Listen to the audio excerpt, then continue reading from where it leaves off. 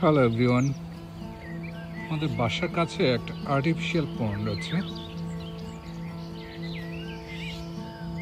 দেখতে পাচ্ছেন। পন্ডের পানিটা পুরোটাই বরফ হয়ে গেছে,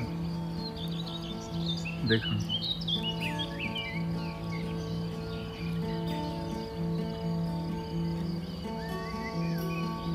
পুরো পানি সাদা। আমি আরেকটু কাছে গিয়ে দেখাই।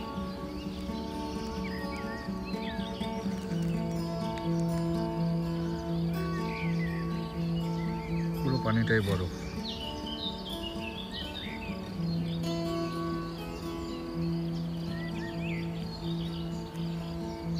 কিছু কিছু জায়গায়